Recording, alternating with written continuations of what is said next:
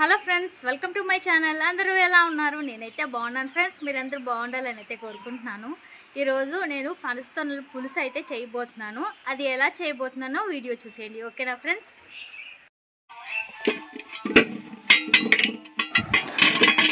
ముందుగా పనసతొనల్ని ముక్కలుగా చేసుకొని పనసతొనల్ని అయితే నీట్గా కడిగేసి ఒక తపాలలో వేసుకొని చూడండి, ఒక గ్లాసున్నర వాటర్ అయితే వేసుకొని ముందుగా ఉడకబెట్టుకోవాలి. పనసతొనలు పులుసు చేసుకోవాలంటే ముందుగా ఇలా పనసతొనల్ని ఉడకబెట్టుకొని అప్పుడు కూర అయితే చేయాలి.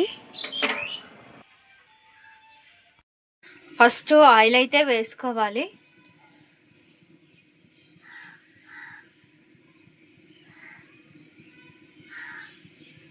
కొంచెం జీలకర్ర,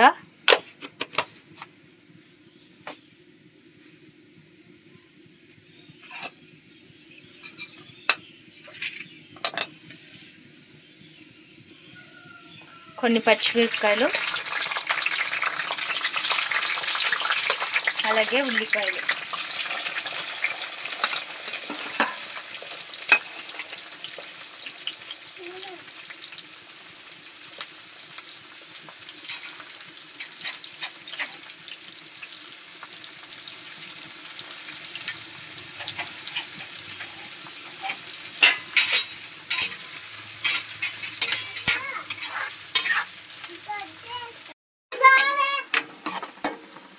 ఉల్లిపాయలు వేగిపోయి ఇప్పుడు టమాటీలు వేస్తున్నాను.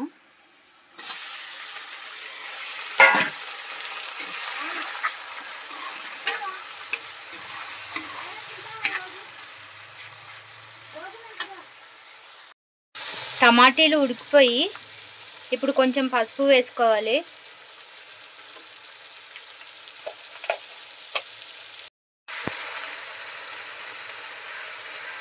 అలాగే కొంచెం కారం,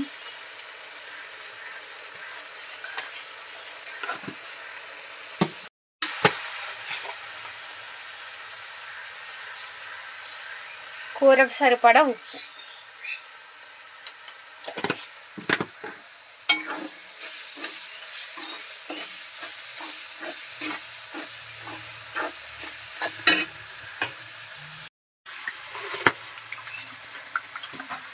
ఈ పనసతొనల పులుసుకి చింతపండు రసం వేసుకోవాలి.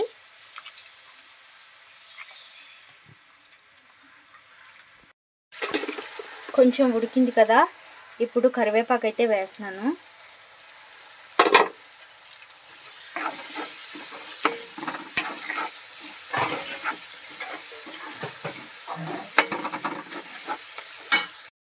ఇందాక తొనలు వాటర్ వేసి ఉడకబెట్టాం కదా, ఇప్పుడు చూడండి టమాటీలు ఉల్లిపాయలు ఉడికిపోయాయి కదా, ఇప్పుడు ఈ తొనలను అయితే ఇక్కడ వేసుకుందాం.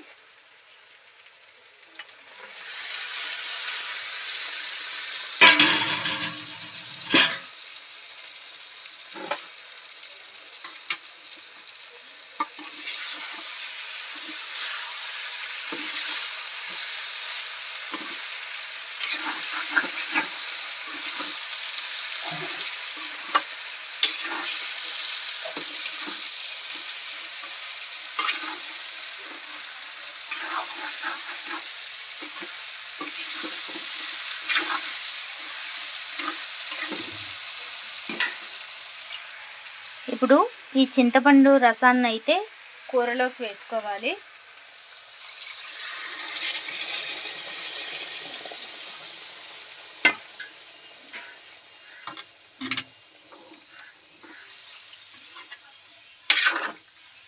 ఈ పనసతొనల పులుసు చాలా ఈజీగా అయితే చేసుకోవచ్చండి.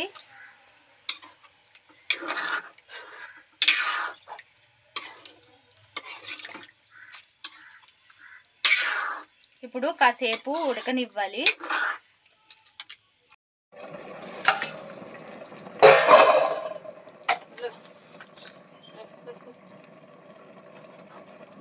ఓకే ఫ్రెండ్స్, చూసారు కదా, పనసతొనల పులుసు అయితే అయిపోయింది. మీరు కూడా ఇలా ట్రై చేసేయండి, ఓకేనా ఫ్రెండ్స్? స్టవ్ అయితే కట్టేస్తున్నాను. పనసకాయతో మనము చాలా రకాల కూరలు అయితే చేసుకోవచ్చు. ఫ్రై మొదలుకొని ఆ యొక్క పనస పిక్కలు ఉంటుంది కదా, ఆ పనస పిక్కల దాకా కూడా కూర అయితే చేసుకోవచ్చు. చాలా రకాలుగా అయితే పనసకాయతో కూరలు ఫ్రైలు చేసుకోవచ్చు. ఓకే ఫ్రెండ్స్, చూసారు కదా పనస తొనలతో పులుసు ఎలా చేశానో. మీరు కూడా ఇలా ట్రై చేసేయండి, చాలా బాగుంటుంది. ఓకేనా? మా వీడియో చూసారు కదా, మా వీడియో కనుక నచ్చినట్లయితే లైక్ చేయండి, షేర్ చేయండి, సబ్స్క్రైబ్ చేసుకోండి. Okay friends, bye.